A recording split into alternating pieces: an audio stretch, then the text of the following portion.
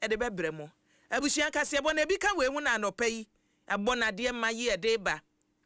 nyenye bre ne mfa nkyeremu emra emu asedan de DBS fo ne de ma woni yeyie ese wo monko a no wose adwaton de no wode bi beba na ne ode beba so no Ghana ni bia sohwe obehu se yade pa enti we de ya sohwe ne yedi hu adanse se enchanse de bodan so wo man Ghana mu pa no nei so mo wo bi to mrade ka kire wo se we ni ne ya abusua watu petetuo ye ni DBS enchanse no wo de bodan no so hwie a wo how far dam mo so no etu atwa se ne sikri ceiling na ayo se wo pin yo se visible ni nyina danchanse no kora wo pe ne de ma wo mpe we na de na ape abusua me amekenka akasebo edi ama mo so midin ede akua boachewe yi Adom JP na wo ba Facebook YouTube no a ene ye damu o Facebook de no Adom 106.3 FM ye like ni a share YouTube so ye subscribe da bia ye ba beti ye nka wono mo afa yenye bere na kasebo no enchemu ye mfa entudwa ye nhase emfiri mampani dada na nado dankwa kufuado ene na ka che nro anim se ehyiamu ya MPP amanyoko ikuroye na mpanimfo kire se wode ye nsakira ye wo mrakuni ba komienu muo no na mpanimfo mienu adadafo mienu ya wadi omaya nim adi MPP amanyoko nanim Ghana mampani dada Jonejekum kofo ene mampani dada na nado omunyina chese mpanimfo ni ho eti nre ye nkrato na nkrato so de na ba efo kwaso woto ne hia ekọ eti mampani na nado nkrato awode ema MPP amanyoko na chitafo ne se Embedisi achia ne mu ye de echa kasa bebuo ne ede nyina da ne ede womuo ni achia ne mu ye wose MPP amanyoko no sa na ese wo nu mu aye nipa bi a wapa aba edwen se o sese de ani da so nyina asa wose munya wrehye munya gidie enum hyo ntwepe na MPP amanyoko no ye kasa ye tenancha num hyo atwen pa amanyoko a wonum shiro no MPP nka ho omudi anim se abanwa ye Ghana akonwa no enya ba akofo akonwa ya wo tena so afebo adwodwo bodwisem wose wo mu edane ebere so dane anu ada hu bi nti nei wakwa abato so no Ghana fo am wahu se niema bi wo ho no mo a wo mpe wo ho ene onam so atwetia won wo so mo kwachanche no ma siesie na de ba ko a wo so siesie na animanimu ya no eno no de abu bese twene se wunipa kura dansuo so ye ka twene na se bridge twene dansuo so no se unipa nam so a ba bia pa so kuro bia etwimi de ukọ na se nyabu so de a wakasuoja osesa na MPP amanyoko no enei wode aye etibra so se twene no a abuo no MPP amanyoko ade hye ye womuo wunipa kura so wo constituency bia ade ankoye no wakatua ni ankoye no wakatua ni osesa waye ne saade a ene enche niema bekoye na asami mampani service ya kane chief of staff oba pani fremo pare wonu wagina mu okaye o yentie se ne osika no Though we convene here at the University of Ghana, this esteemed institution of learning and history, the acquired sentiments of despair and doubt of the people we are representing today, we most importantly carry their sentiments and expectation and hope that the key steps we will undertake here will in whole or in part be a formidable effort towards restructuring, rebuilding, and reclaiming the reins of governance of our dear country. And that whilst the path will not always be easy, we will remain deeply proud of the progress made at every step. Abusiani kane chief of staff onimonyam for frame pare na wote ne nka no no wi an wode beto aso se nkrato amampani si wonto oba akoso ne se nipa ni nyina ka bomu watimi wakame me de me mfa nche oda wo se ano de jisu obi a koni fie jisu obi a de koni fie na emom se woye amanyokuo eyekuo ya wo bomuo na nisuade hunu baako ene wo pre de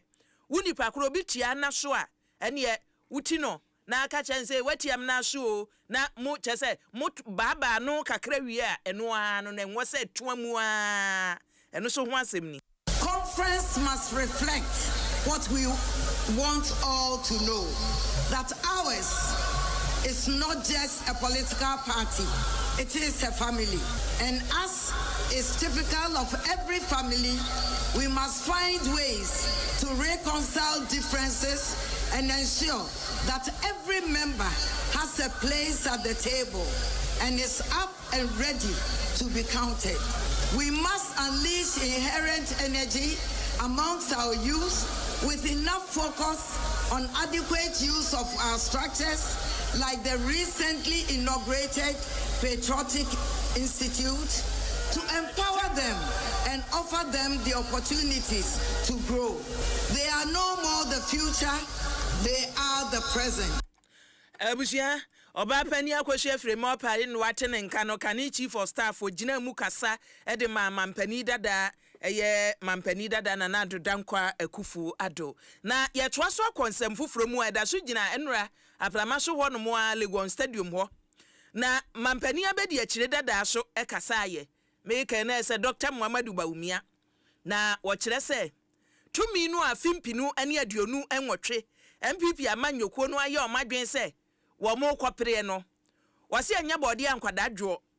ewo mu se bi a wunipa kro betimi abobo obontokuro ena ebia NDC amanyoko no wonu mu aye ni se wonu mu aye ni se nanso wase MPP amanyoko no sani ebia no eya ebitimi se wano no mo anka so mo ho edu siese amanyoko no mutumi bi abeto ho mo mepra wase ne wo mutwa mo ho ada party sane wonim ne yonko etimi soa woniema no wonu mu akobo ni feyiase wo wiya no wonu mu abeka se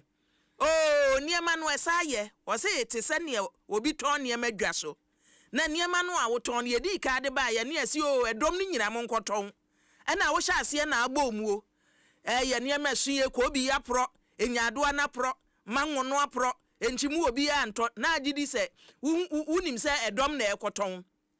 ewi ase no omusi o ne ye ka de no abom eson wo koton wo de nam koton me de wo ade no a wo se enye ne sa so mikobi eyo se eduru wo ye ne sa wi obi ani ho beto bie eti we di osrada ano ye a unipa cross wa no ye ahuni se MPP mu de mu nyina mu ye nuafo na mutisi abonte a na mkoko mu ntokwa ho o se nye saa na ne mabato ebe ba abasui di mu ho atem horo mu ho simontum agufia abonte a musi enye yie. Therefore, that the bonds of unity in diversity has been our lifeblood and our foundation. Now more than ever, we must refresh them and desist from any language, character, or actions that divide us. With unity and consistency, we can regain the trust of Ghanaians. If we are fractured and at each other's throats, none of us can cross over and lead us to fulfill this party's purpose. Let me say that tribalism and religious bigotry, from whichever quarters it emanates, pose an existential threat and should have no place in the new patriotic party. Dr. Muhammadu Bawumia twanin Samson wode betu dwa se kasa huduo mu nyi mifiri ha we soso ede o na mesumnie na me entoma we oso nipa kro se wode o hyase ne wo ye hu hwea nyade se be ye no wie na otisi ablekuma nofo so ene o se na anu abato yi ekoso wa ablekuma nofo saa adwa baako ne electoral commission fo se NDC MPP nsa nkopere ye wiase wonum adi ntwo no o se ntwodie ne nya omo ya saa se nipa ye tigu wo so buru won nanura ene wo hwe maame hawakum sen wo ba na chese wo togusuo na be ma yi deputy organizer so ba ono kra de ene ma nyina hyehye ne moto amu no sensen soro ene wo to ne na aba ya bubu ne nan was it way no, and ya dear fe, konna kotuaba, near Quabruni Pame, Biba ya hanga woro, wonum sense, soro sense, nuaso, badia. Nature say and tray and was say. And easy for. So I'm penning for penny when you your more and Cassanyan Shimu near course wabli kumanofo. Yes, sir. MPP didn't fear you watching wonum bakra, one betrishim, where didn't someone so train beba. Let's stop the internal attacks now. Let us rather focus on the attempt by the NDC to undermine our democracy and rule of law in trying to remove the Chief Justice. Let us focus on their clear intention to go after the Electoral Commissioner subsequently. Let us focus on the violence and thuggery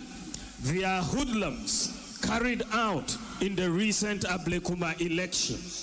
in full view of the police and cameras. I again call on His Excellency the President to bring the perpetrators to book and to remind them that the elephant never forgets. No matter how long it takes, we will prosecute the perpetrators when we assume office in 2029, inshallah. Abusiania Ghana mampani abedi achire dada Dr. Muhammadu Bawumia na chese osese bia wonumu eba hwehwemu a woso yese na nkoso nko ade a ene oba wonumu ebeye na abusia yanko santwefo so ensem ne kabimam kabia mamumu Media Foundation for West Africa ye kan ne chese ensantwefo nkamamukuo ya bibremu ato ye nyinada ene wani hwe ho se eniema beko ye nsantwefo fa hodie ensantwefo ne wode to abonten eya ehote na enei wamuni Department of Communication Studies chese University of Ghana ena akabomuo ya nkyerɛkyerɛ ye beboa santwe adwuma nkita hodie mu sen na woseko na ni nyina no ye ka Professor Kwame Kakari na wunim no a obimfu ikane no no ena Media Foundation for West Africa wodano enei Sulemana Brahma ena woginamuo na panika Kakari anyamfie aduowotwe 80 years etimfie aduowotwe a wadie no na Media Foundation penimfo se da bi wose papa yi na dwuma a wabɛyɛ modern ma wabɔ ho nkyerɛkyerɛ ye de toamuo enka se muo ena Nigeria ni ya wono wɔyɛro ya ni a ɛba sɛ nipa fa hodie ene asetena mu ntotoye a wakwada amuo ni din de Femi Falana de atodwa sɛ hwɛ ade afrɛ ne sɛ democracy kabimam kabia mamuo no wasi anafam sa unipa kro wotina ade wanu tutum bia na ye pre democracy a wasi gin sirio na abetumi di ayo se wonti kabimam kabi no ase a na aburu nsantwereni na kyese ye kase ye di man so a wodi tumi hye wonsa na ye ne ye wope wodi entie ne ye wo kan ye bi.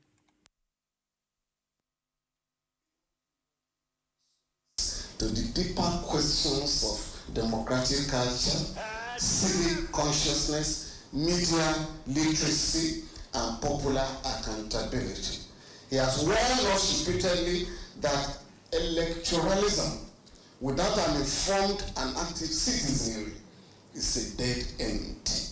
At a time when West Africa is witnessing a resurgence of military coups,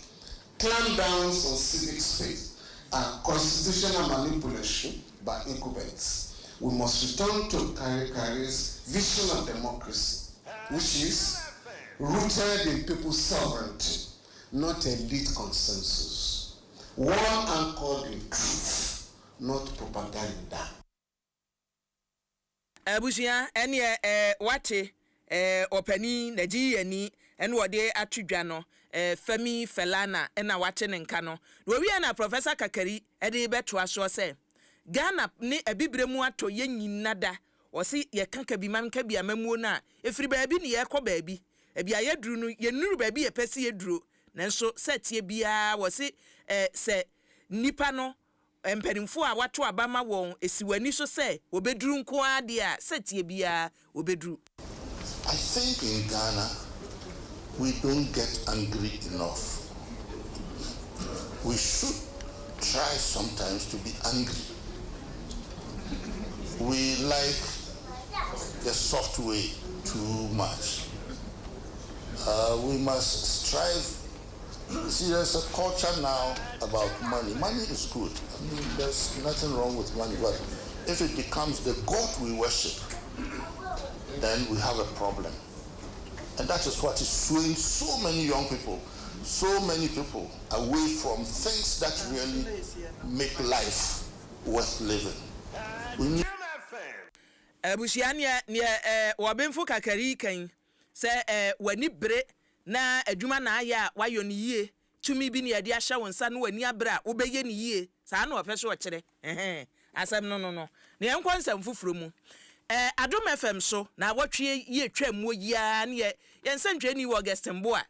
ukudu mu e wa atoye chifi mantam on na wo ho no ga video yi ode ba ye no eno ene ye di twum amu ahwe edwadata ye wo baabi ani anwa so bekwa amansi mu edwa no mu no edwadifo ton niema enwansena tefa adehye tefa ye ka ni say obeka say adan bola na chese agidwa yi aboso eti video no ba ya na yesi we dia wose yedi twum esade ye nye anhwe ya kodeda ena ebekuma manfo konkura ni bekuma manfo se ye nhwe ahyase se toyi eti wose eniema twumi sesa eti photo no ena dem ba Facebook YouTube a chese photo no edem na ye ni edi twum ape ena mpanimfo bodai ese wonu akwosesa we ne friend ne se nusu enya results na assembly man yo wo New Town electoral area ye no wo baabi ani anwea so Samuel Kwagiri ene wode atudwa se ono ankasa de no hu ye ne yemhye no de ntie no tia wa overflow ba baabi a New Town market border no e wona e ade a ha adwen e ade a ne to one among me ne uni committee for ne Zoom lion for ana afei sanitation officers no ne disa adwumadie no enti e ba asa no ye on nyina sutri na the challenge e wo Zoom lion for omoka be bola no enti e to assembly ni so ani man pay for timi adi hujuma e ma machine no e baba eno nti na ma na ye free ase dada nti no etimi ye ni tentem na e beji sa overflow ni free ho as ya me no ka say de asudwi aba ho Abusia Kwagiri asem wodi tu dwawie yi na adehye so e wonpotam wo si dase ya bi mra biu omo so omo dase o se bola no mu ti dawubo a mbrika mbaba be yi no o si we de mma bi nsi biu nya sa o ha na mo de bre won asepa so wa betu bola ya ma nya me shira omo na se mo ba ku se ade ne ya ma ya shira omo ma mo de na woche eya ma omo be fa nko ba ya mo so betu bola no na me kan se mpanifo ya de ye mo ma ba so se omo betu ye no set ne eko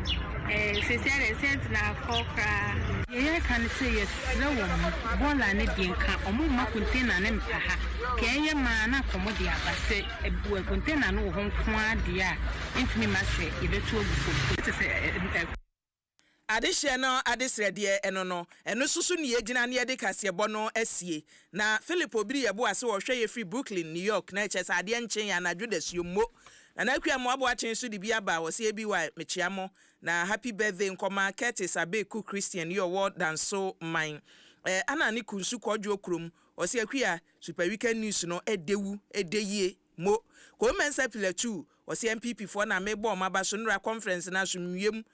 chese din bibia da din sana wo so mo peno ayiku se kwada de ase wo se adade ase city for so yedamu o Kofi Chata ahye wo se Kofi Chata enne yi wakohyemu a wo ba ne wode ba ni mahwiratra ena we so de ayi ode aba Stay Ford wo se MPP for mebo maba so successful program brofo no ode aba no ena we so de ayi a wode abebomu Derek Ayite wose mehwemo nkurakan ena mehwemo efie bi wai nyame nkam ho wonka so hu o be mena wonka so hu na yemfamu ensinia menam ase medamu nyina se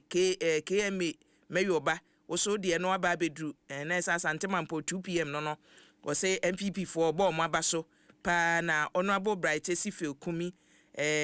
so woto nkra ni bi ana onni de ya yira mna besi foforo so wahu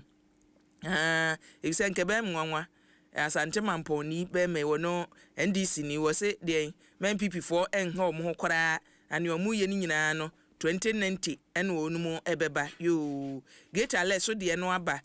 sada so ena kwamna CDT ahafo achinsua oso de no aba busua ma mefa mu sie edamase ensa wo age britie ye hwe live Facebook YouTube abelenua wo de na aba osenra na a great day wonderful day enra de no yede mu asi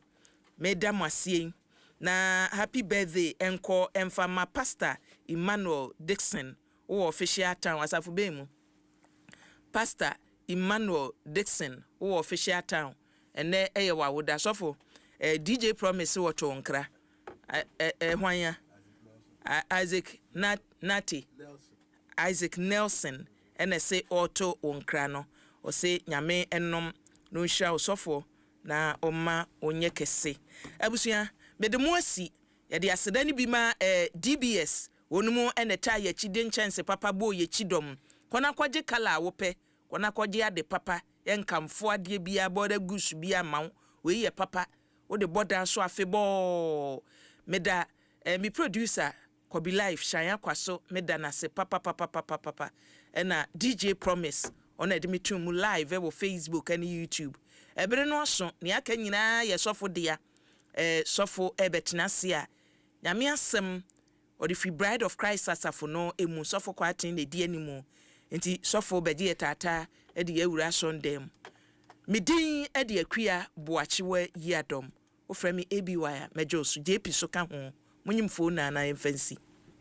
Adom FM 106.3. Only God can stop us now.